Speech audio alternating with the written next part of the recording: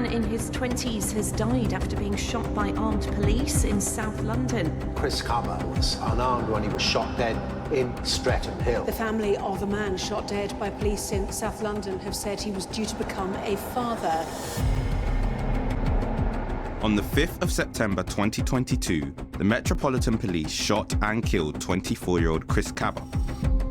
The vehicle he was driving was linked to a previous firearms incident, but he was unidentified and unarmed. I need them to tell me the truth. I'm waiting for them. I need the answer. His killing sparked nationwide protest. But in a week where the UK gained a new Prime Minister and lost their longest-serving monarch, his story was somewhat overshadowed. It's a national importance, and I think they're underestimating how upset, how outraged the community are. The Metropolitan Police officer has now been suspended from his post. The officers don't want to discharge a firearm. It's an absolute last resort. I want to try and make sense of what happened that night and understand what comes next in this ongoing investigation into his death.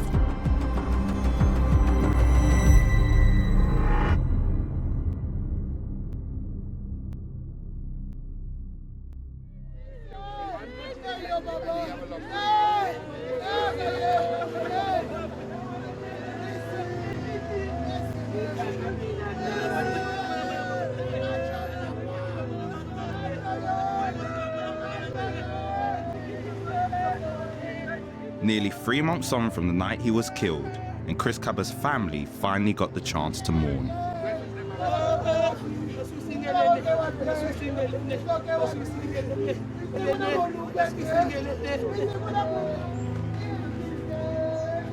Hundreds of his friends and loved ones came together at this church in Croydon.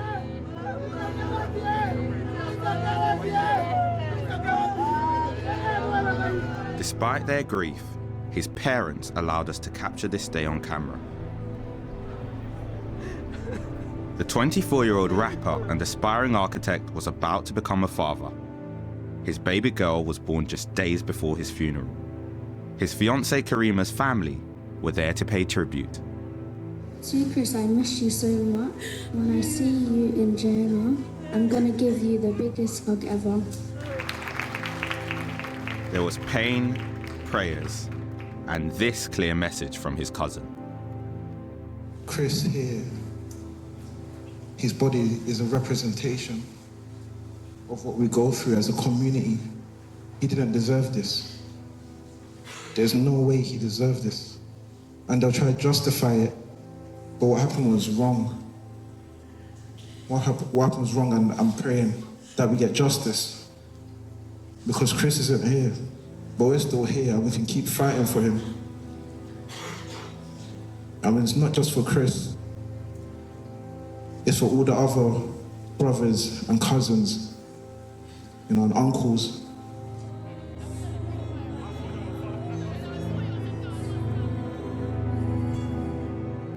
They've waited weeks to say goodbye. But until what could be a series of lengthy legal processes are over, real closure won't be possible. And that's where this case gets complicated.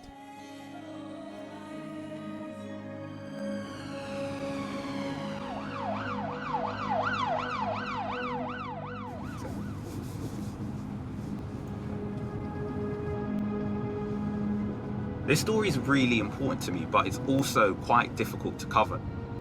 That's because the IOPC, the Independent Office for Police Conduct, are investigating the case. So that means there are so many legal limits as to what we can say. But what we do have from them is a statement. And we're going to use that statement, that outline of events, to visualize what happened that night.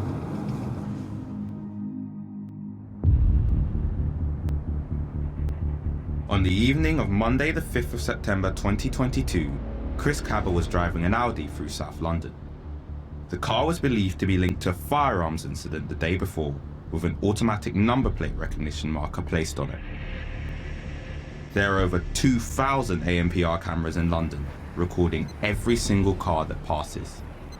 And when Chris Kaba's registration plate was captured, the police were alerted immediately. Before they started their shift that day, the Met police officers had been given a briefing. The car was brought to their attention, but Chris Kaba's name was not mentioned. The Audi was recognised by officers parked here at the side of the A202 in Camberwell Green. They were in an unmarked armed response car. The officers then started to follow Chris Kaba at around 9:52 p.m. They continued to follow him through these streets with no lights or sirens for around 15 minutes. He was driving towards Streatham Hill, but what's not clear from the IOPC statement is which way he went. There are multiple routes he could have taken. What we do know is that around 10:07 p.m, Chris Kaba made this left turn from New Park Road onto Kirkstall Gardens. A marked police response vehicle was already waiting for him there. It was meant to join the other police vehicles following the Audi once it had passed the junction. One of the officers inside the marked ARV was NX121. NX121 is the code name being given to the officer involved in the incident to protect their identity. That's the officer who's been suspended, the officer who discharged their firearm that night. Once Chris Kaba made the left turn, armed officers left their cars and approached the car he was in. The IOPC says contact was made between the car he was driving and the police vehicles. This word contact is really vague, but we know it's a key moment in what happened after this, that series of events that led up to him losing his life.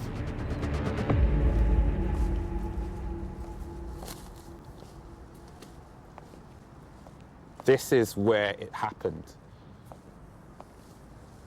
This is where Officer NX121 got out of their car, then stood in front of the vehicle Chris Kaba was driving and fired a single shot.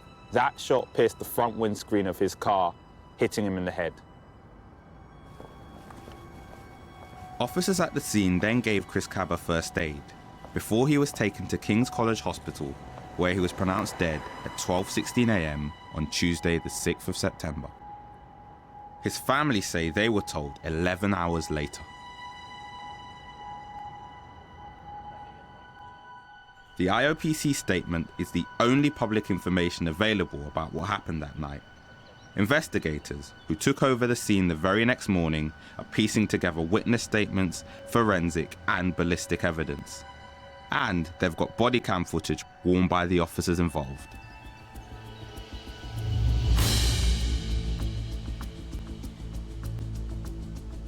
We know the firearms officer was suspended from duty a week after firing that fatal shot. But because of this ongoing homicide investigation, it's not possible to talk to the police or to anyone who might have witnessed what happened on the night. But I wanted to try and understand how firearms operations should play out and under what kind of circumstances a weapon might be discharged. So I got in touch with Dal Babu, a former commander in the Met's elite firearms unit. Talk me through the process of a firearms operation, from picking up someone who you may follow or pursue right through to how it looks and what you need to do. The way it would start is that you'd assess the intelligence, because you'd be signing off this operation. It's a pre-planned operation, and you'd be signing that off, so you would be gripping the rail at the Old Bailey if things had gone horribly wrong. I'd be meticulous in the planning. I'd want to know what the intelligence was, how good that intelligence was, how accurate it was. Then identify the individuals that we were trying to stop and detain. So officers don't want to discharge a firearm. It's an absolute last resort. The Met does about 4,000 operations a year. About 1,000 are pre-planned, and 3,000 are spontaneous. And out of that, on average, the last 10 years, the Met will discharge a firearm that results in an injury or a death to a person twice a year on average. So you imagine, how many operations there are, and to discharge a weapon is very, very rare. very extremely rare.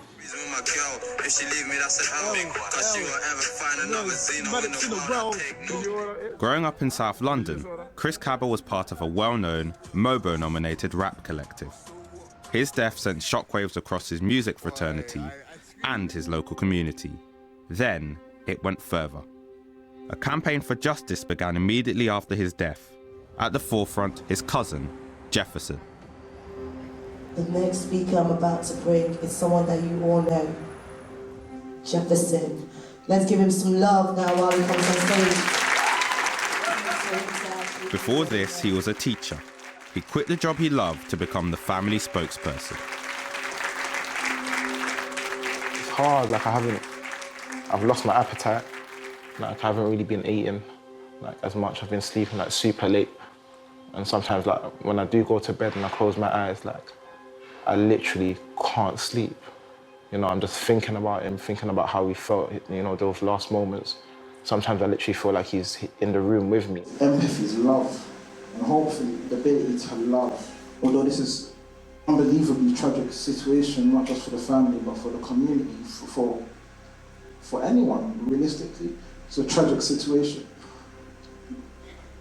But once again, hopefully there's change that's going to come from this. Chris, please come back. The Kaba family want answers now, and crucially, they want to know whether race could have been a factor in the fatal shooting. It's hard. It's hard because we feel like there's no sense of urgency from the IOPC. You know, like there's no sense of urgency. Chris was killed he was shot dead on Monday night.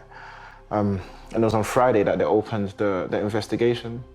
You know, so it's hard because as much as we want a thorough investigation and we want them to do things properly, we also need that sense of urgency, and we need them to, you know, understand that the family and the public and the wider community are taking this very serious.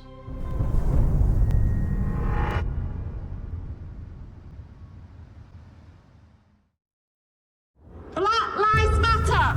Black Lives Matter! Black Lives Matter! Black Lives Matter! Black Lives Matter! Black Lives Matter! Black Lives Matter! Black Lives Matter! In the weeks and months since his death, Chris Kaba's family have organised, joined and inspired events across the country.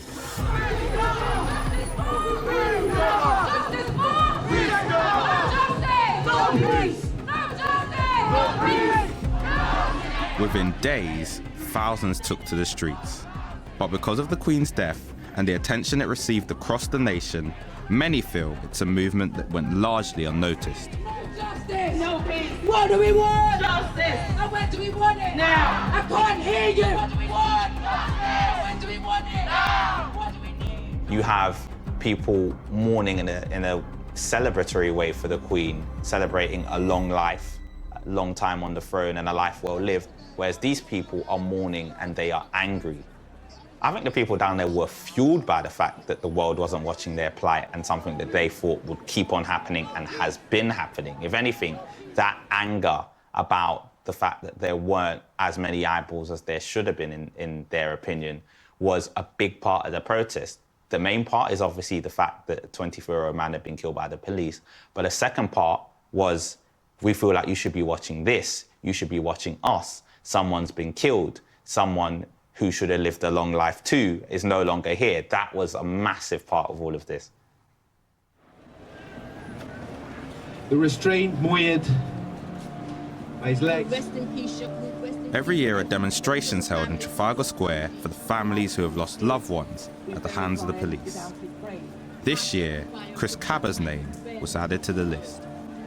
They're calling it a remembrance procession in which they commemorate the lives of people who have lost their lives in police custody, people who have died at the hands of the police in incidents like the killing of Chris Kaba, but other ones as well, involving people who are having mental health crises as well as having some kind of contact with the police. They're going to start here, Trafalgar Square, and then make their way down to Downing Street, and they'll be delivering a letter to the Prime Minister, the new Prime Minister, Rishi Sunak, in which they're asking for their demands to be met and for authorities, not just the Prime Minister, the Home Secretary as well, and the Mayor of London, to look at the instances and these examples of deaths in custody and to try and get justice for their families. None of those are left on the floor. He was pulled out of that car with a bullet in his head.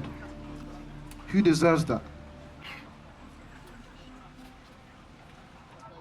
We want every single police officer to know that they are not exempt from the law.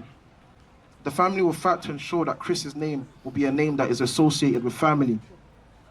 Chris's name will be a name that is associated with perseverance. Chris's name will be a name that is associated with love. And Chris's name will be a name that is associated with justice. Chris, rest in peace, little brother. We miss you, we love you, and we will fight for you. Justice for Chris Kaba.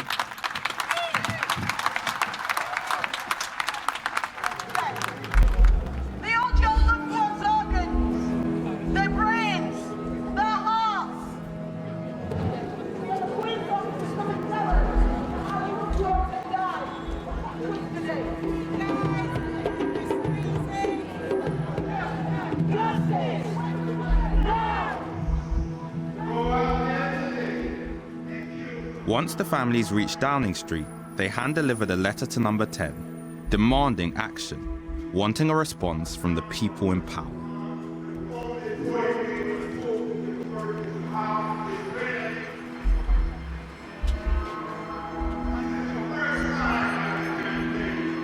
One young person should be dying. Why parents should bury their children? They should not. Parents should not bury their children. This is very wrong and shocks. I hope this country can do something. I hope this Prime Minister can do something urgently. Or they tell me that they carry the investigation. How long it will take the investigation when you know who did it? I need justice. I need the justice to be the truth. To be the accountability. I need them to tell me the truth. I'm waiting for them. I need an answer. As a mom, as a parent, I need an answer.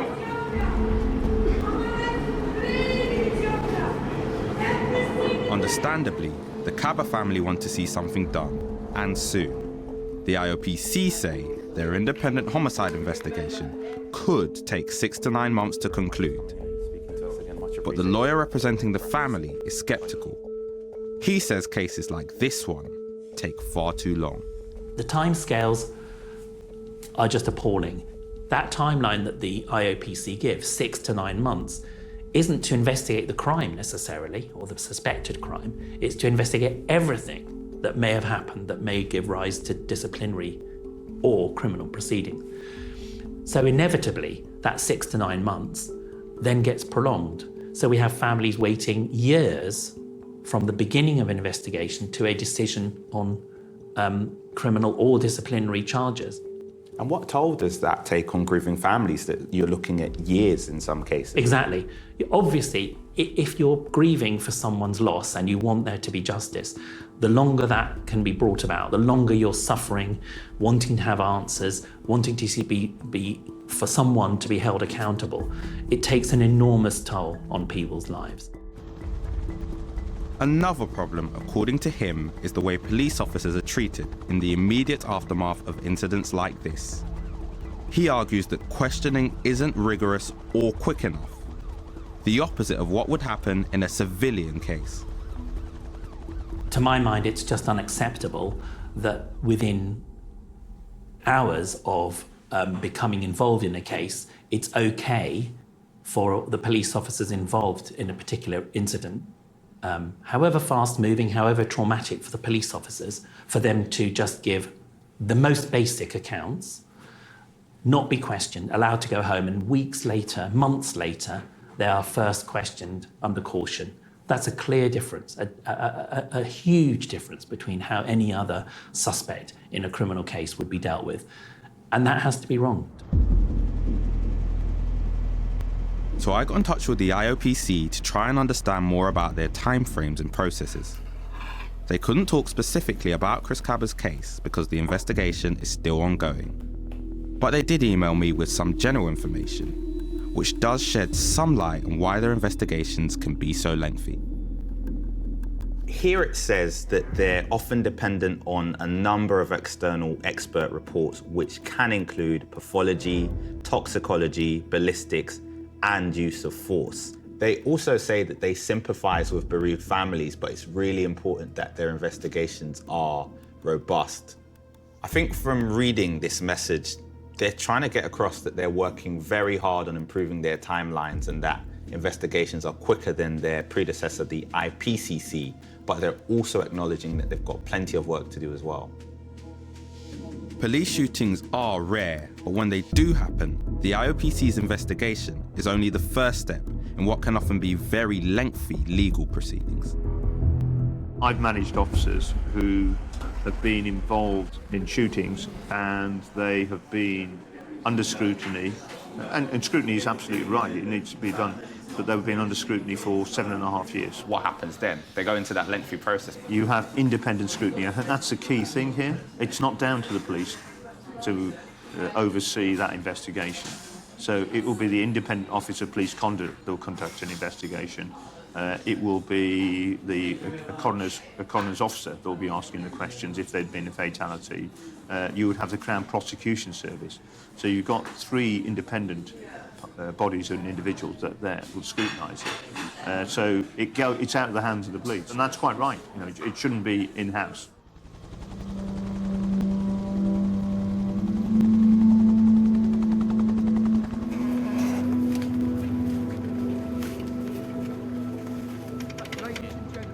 After weeks of waiting for his body, Chris Kaba's family have laid him to rest. But they won't have closure until they have answers. I pray that he didn't die in vain. You know, like I want his death to mean something, you know. And if his death could prevent more deaths, then that would have been something good that's come from it.